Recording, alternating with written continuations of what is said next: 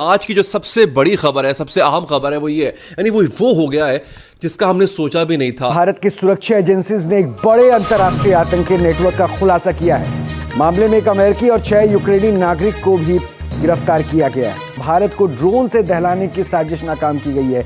NIA की गिरफ्त में एक अमेरिकी और 6 यूक्रेनी नागरिकों को लिया गया है। भारत के खिलाफ आतंकी साजिश पर यह बड़ा खुलासा। वो कर रहे हैं, ये नहीं है कि नहीं कर रहे हैं। और ये पाकिस्तानी बैठ के इधर करें, नहीं बड़ा मुश्किल है उनको करने के लिए। अरे यार, अगर मुश्किल है तो है, मगर वो तो अभी से शुरू कर रहे हैं। भारत ने दुनिया के सबसे खतरनाक जासूस को दबोच लिया है। इस जासूस ने सीरिया, लीबिया, अफगानिस्तान, इराक और वेनेजुएला में सत्ता परिवर्तन के लिए अमेरिकी सेना की मदद की और अब इसका अगला टारगेट भारत था, शायद पीएम मोदी भी। एक अमेरिकन भी है जो सीआईए का एजेंट भी है। ये सब लोग तो बड़े ही खतरनाक मंसूबे लेकर म्यांमार पहुंच गए थे सर, भारत से होते हुए। पकड़े गए 7 लोगों में से जो एक अमेरिकी है वो यही मैथ्यू वेन डाइक है। आपको बता दें कि मैथ्यू वेन डाइक अमेरिकी नागरिक है और अमेरिकी मर्सनरी भी। मर्सनरी यानी भाड़े का सैनिक। मैथ्यू वेन डाइक को आप अमेरिका का प्राइवेट मिलिट्री ऑपरेटर भी कह सकते हैं। ये पर्दे के पीछे रहकर अमेरिकी इंटेलिजेंस एजेंसियों के साथ काम करता था। दुनिया की तारीख में लिखा जाएगा कि हिंदुस्तान एक ऐसा मुल्क था जिसने सुपर पावर के सामने खड़े होकर एक ऐसी शटअप खोल दी कि हिस्ट्री उसको याद करेगी। रूस ने अब तक का बड़ा झटका पाकिस्तान को दिया है। तो यहाँ पर रूस ने कह दिया है कि नहीं, अब अगर हमसे तुमने तेल लेना है तो इंटरनेशनल मार्केट से भी ऊपर रेट मिलेगा। मैं आपको इस बात से आगाह करना चाहता हूँ, बिल्कुल हकायक की बुनियाद पर और निहायत ही अहम इंफॉर्मेशन की बुनियाद पर, कि अगले 2 से 3 महीनों के अंदर अंदर इस बात के तकरीबन मैं समझता हूँ कि 90% से ज़्यादा, बल्कि 95% शायद ये इसके इम्कानात हैं और बिल्कुल इमिनेंट लग रहा है कि भारत और पाकिस्तान के दरमियान एक और कॉन्फ्लिक्ट, एक और जंग होने जा रही है। और हमारी और रूस से जो कूटनीतिक समझौते हैं उसके मद्देनजर ये जो टिप ऑफ मिला है रूस से, उसके बाद ये प्रकरण जो है इसके ऊपर कार्रवाई हुई। ऐसे कुछ बंदे हमने पहले भी पकड़े हैं। आपको याद होगा, अभी बीच में एक बैटल हुई थी अराकान आर्मी और चीन के बीच में। वहां पर एक फॉरेन अमेरिकन जर्नलिस्ट था, वो वहां पर घूम रहा था, मैथ्यू पाइक करके, ठीक है। और वो घूम रहा था वहां पर, उसने एक लैंडमाइन पे पैर रखा एंड उसको बहुत ज्यादा इंजरी हो गई थी। 3-4 घंटे के बाद हमने ये पाया कि वो आइजवाल के एक हॉस्पिटल के अंदर था। जय हिंद। हिंदुस्तान स्पेशल न्यूज में आपका स्वागत है। दोस्तों, एक बड़ी खबर सामने आ रही है, जहां राष्ट्रीय जांच एजेंसी एनआईए ने म्यांमार में जातीय समूहों को हथियार, आतंकी सामग्री और प्रशिक्षण देने के गंभीर आरोप में एक अमेरिकी नागरिक मैथ्यू वेन डाइक के साथ यूक्रेन के 6 नागरिकों को गिरफ्तार किया है। कार्रवाई के दौरान यूक्रेन के 3 नागरिकों को दिल्ली से, 3 को लखनऊ से, जबकि अमेरिकी नागरिक को कोलकाता से पकड़ा गया। कोर्ट में पेशी के बाद विशेष अदालत ने सभी 7 आरोपियों को 11 दिन की एनआईए रिमांड पर भेज दिया है। एनआईए के मुताबिक ये आरोपी प्रतिबंधित भारतीय विद्रोही समूहों को हथियारों की ट्रेनिंग दे रहे थे और देश की राष्ट्रीय सुरक्षा के खिलाफ सक्रिय रूप से काम कर रहे थे। जांच एजेंसी ने 15 दिनों के रिमांड की मांग की थी, लेकिन अदालत ने 11 दिन की ही अनुमति दी। कोर्ट ने भी माना कि मामला बेहद गंभीर है और पहली नजर में यूएपीए की धारा 18 लागू होती है। इसी के तहत सभी आरोपियों के खिलाफ आतंकी साजिश में सहयोग देने का केस दर्ज किया गया है। सूत्रों के अनुसार गिरफ्तार अमेरिकी नागरिक मैथ्यू वेन डाइक को सैन्य प्रशिक्षण भी प्राप्त है, जिससे इस पूरे मामले की गंभीरता और बढ़ जाती है। एक अमेरिकन भी है जो सीआईए का एजेंट भी है। ये सब लोग तो बड़े ही खतरनाक मंसूबे लेकर म्यांमार पहुंच गए थे सर, भारत से होते हुए।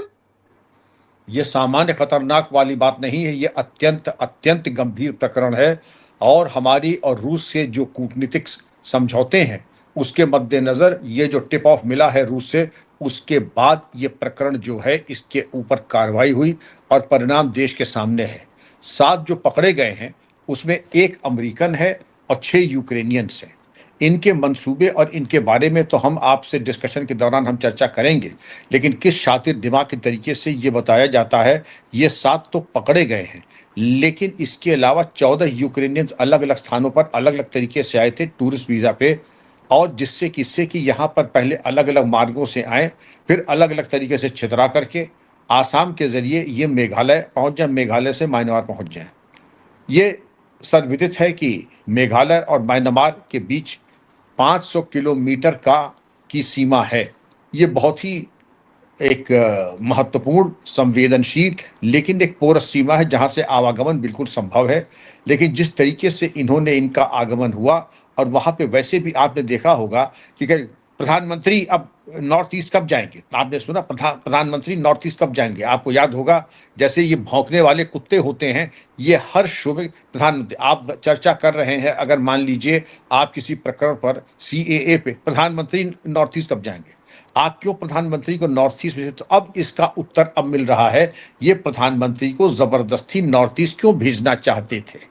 इन चरमपंथियों के पास जो पकड़े गए हैं 7, इनको 11 दिन की रिमांड मिली है पटियाला हाउस कोर्ट में, और इनकी तरफ से अपीयर होने वाले जो बहुत प्रसिद्ध वकील थे, उनका नाम लेना उचित नहीं है, तो उन्होंने बहुत इसका विरोध किया कि इनको रिमांड दी क्यों जा रही है NIA कस्टडी में। इनको NIA कस्टडी नहीं, इनको तो सीधे जेल भेजना चाहिए था। बड़ी पीड़ा हो रही थी, महंगे वकील, सैटेलाइट फोन इनके पास, और ये जो अपराध पंजीकृत हुआ है, ये बहुत कम ऐसा होता है कि गृह मंत्रालय के अनुरोध के ऊपर और उनकी पृष्ठभूमि के ऊपर यह अपराध पंजीकृत हुआ है। धारा 18 UAPA सेक्शन 18 के अंतर्गत यह मुकदमा लिखा गया है। आप अगर इन लोगों के नाम देखें, पहले तो नाम हालांकि कोई मान्य बहुत ज़्यादा नहीं रखते हैं, जो अमेरिकन है उसका नाम है मैथ्यू एरन वैन डाइक, जो यूक्रेनियन पकड़े गए हैं उनमें उनका नाम है Hurba Petro Slavis Taras, Ivan Suknamuski, Stefenukiv Marian, Kochurka Maxis, Kamsky Viktor. ये इसके अलावा मैंने पहले बताया था कि 14 लोग और आए हैं, और 14 अलग अलग स्थानों पे आए हैं। जो पकड़े गए हैं उसमें 3 दिल्ली में, 3 लखनऊ में और 1 कोलकाता में। अब इनकी रिमांड वगैरह तो हो गई है, लेकिन अगर इनकी बात को अगर आप देखें, ये कैसे एंटर हुए, टूरिस्ट वीज़ा पे ही केवल आए, टूरिस्ट वीज़ा से ये छितरा गए, और छितराने के बाद आप अगर इनके ऊपर गौर करें तो आप ये देखिएगा कि पहले ये आए गुवाहाटी, गुवाहाटी से ये गए मिज़ोरम।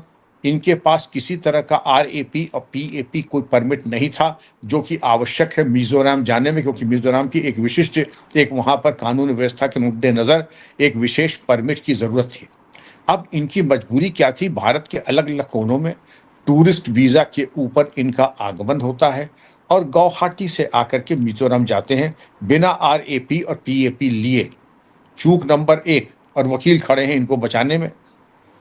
और इस संवेदनशील बॉर्डर के ऊपर इनका अगर वहाँ जाती हैं तो ये वहाँ जाकर के करते क्या हैं।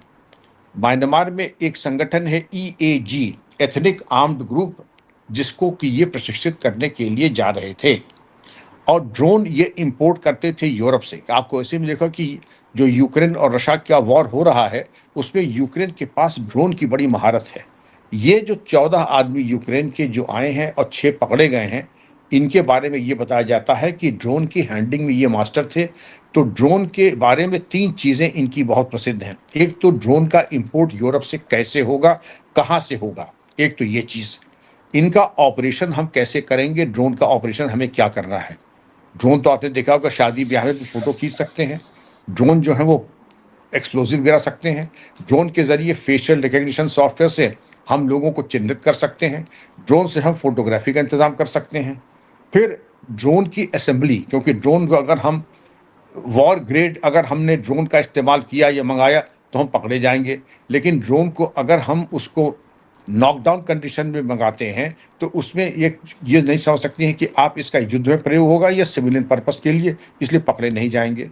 और यहाँ ला करके जब हम असेंबल करेंगे तो हमने इंपोर्ट किया, उनको असेंबल किया, और उसके बाद असेंबली के बाद हमने उनको उनकी ट्रेनिंग और उनका हम क्या इस्तेमाल करेंगे, तो ये हम उनको प्रशिक्षित करेंगे।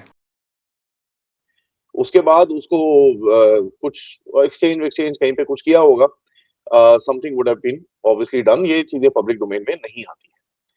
देखिए, ये एक structured foreign tactical enablement module है। इसका मतलब क्या है? टैक्टिकल इनेबलमेंट का मतलब होता है कि भैया जो छोटे-छोटे जो वॉर चल रहे होते हैं, उसमें एक साइड लेके आप उसको थोड़ा-सा मतलब उसको ट्रेनिंग देते हो, उसको इक्विपमेंट देते हो, एंड कहीं न कहीं जंगल वॉरफेयर को वहां पर जो उस रीजन के अंदर होती है उसको थोड़ा-सा अप करने की कोशिश कर रहे हो। ये ड्रोन वॉरफेयर में इनका काफी है, ड्रोन असेंबली। और यूक्रेन का जहां पर नाम आता है आपको समझ में आना चाहिए, Ukraine is at the end of it एक चीज हमको समझ में आनी चाहिए, one of the world leaders in drone technology आज, काफी उसने एडवांसेस करे हैं ड्यूरिंग द वॉर, उसके अंदर कोई डाउट नहीं है। सो ड्रोन वॉरफेयर के अंदर, ड्रोन असेंबली के अंदर, जैमिंग के अंदर, एंटी ड्रोन नॉलेज के अंदर, वेपन्स फेमिलराइजेशन के अंदर एंड जो गुरिल्ला वॉरफेयर है उसकी ट्रेनिंग के अंदर ये काम करते हैं।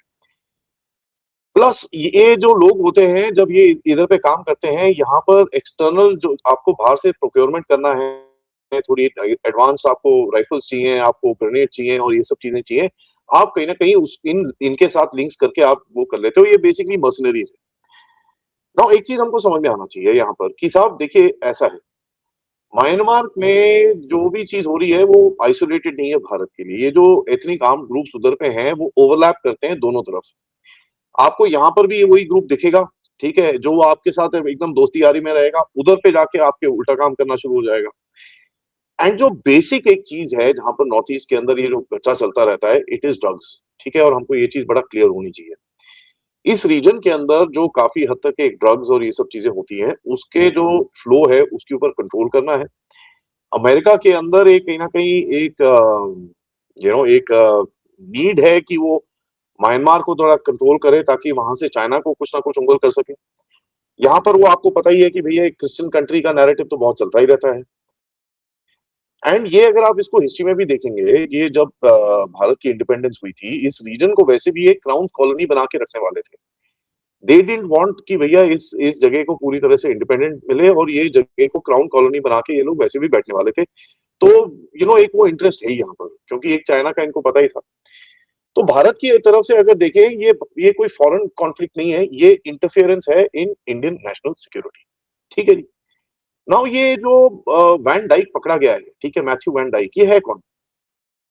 ये पट्टा बड़ा फेमस है, ठीक है, ये लिबिया में भी पकड़ा गया था, ये यूक्रेन में भी पकड़ा गया था, इसने बहुत जगह पे काम करा है। एंड कहीं ना कहीं अगर मैं आपको थोड़ा सा इसका हिस्ट्री बताऊं, मैथ्यू वैन डाइक ये गद्दाफी के एंटी गद्दाफी इकोसिस्टम में था, वहां पर पकड़ा गया था और कहीं ना कहीं इसने वहां पर सजा वजा भी काटी है। मैं आपको इसकी एक फोटो दिखाता हूँ जो ये जेल सेल के अंदर था। ये देखिए, ठीक है, ये गद्दाफी के टाइम की बात है एंड ये पकड़ा गया था यहाँ पर। इसने काफी मार वार खाई थी, उसके बाद भाग गया था वहां से। सो ये पकड़ा गया था। नाउ एक कोई यहाँ 3-4-5 महीने 10 महीने के लिए था अंदर, उसके बाद भाग गया एंड देन वापस आया कॉन्फ्लिक्ट के अंदर। एंड कहीं ना कहीं एक इरेगुलर वॉरफेयर में इसने पार्टिसिपेशन करना शुरू करा। लिबिया का जब गेम खत्म हुआ, ये निकला नहीं वहां से, he basically became a warfare operator, ठीक है, जहां पर ट्रेनिंग, आइडियोलॉजिकल जो मोटिवेशन होता है, कॉम्बैट एंटरप्रेन्योर होता है, ऑर्गेनाइजर होता है। इसने एक ऑर्गेनाइजेशन बनाई जिसका नाम था सन्स ऑफ लिबर्टी इंटरनेशनल, जो बेसिकली फॉरेन वॉलंटियर की मोबिलाइजेशन करता है, इरेगुलर वॉरफेयर के अंदर सपोर्ट करता है, आपको ट्रेनिंग और एडवाइजिंग करता है, बैटलफील्ड में आपकी असिस्टेंस करता है। एंड जो दुनिया में एक्सपर्ट्स हैं उनको लाके आपको जिस तरह की जरूरत है उस तरह की आपकी कैपेसिटी बिल्डिंग भी साथ में करता है। एंड कहीं ना कहीं अगर आप देखेंगे, ये बेसिकली ये लिमिटेड नहीं था सिर्फ लिबिया के कॉन्फ्लिक्ट के अंदर, इसने काफी हद तक इराक में भी काम करा है, ठीक है, इसने यूक्रेन के अंदर भी काम करा है। He basically spoke, he is also fought in Afghanistan. तो अफगानिस्तान में, लिबिया में, यूक्रेन में, मतलब हर जगह ये इसका नाम है। अब इसको आप देखेंगे कि इसकी फोटोएं मैं आपको 2-4 दिखाता हूँ। He is got his fingers into everything,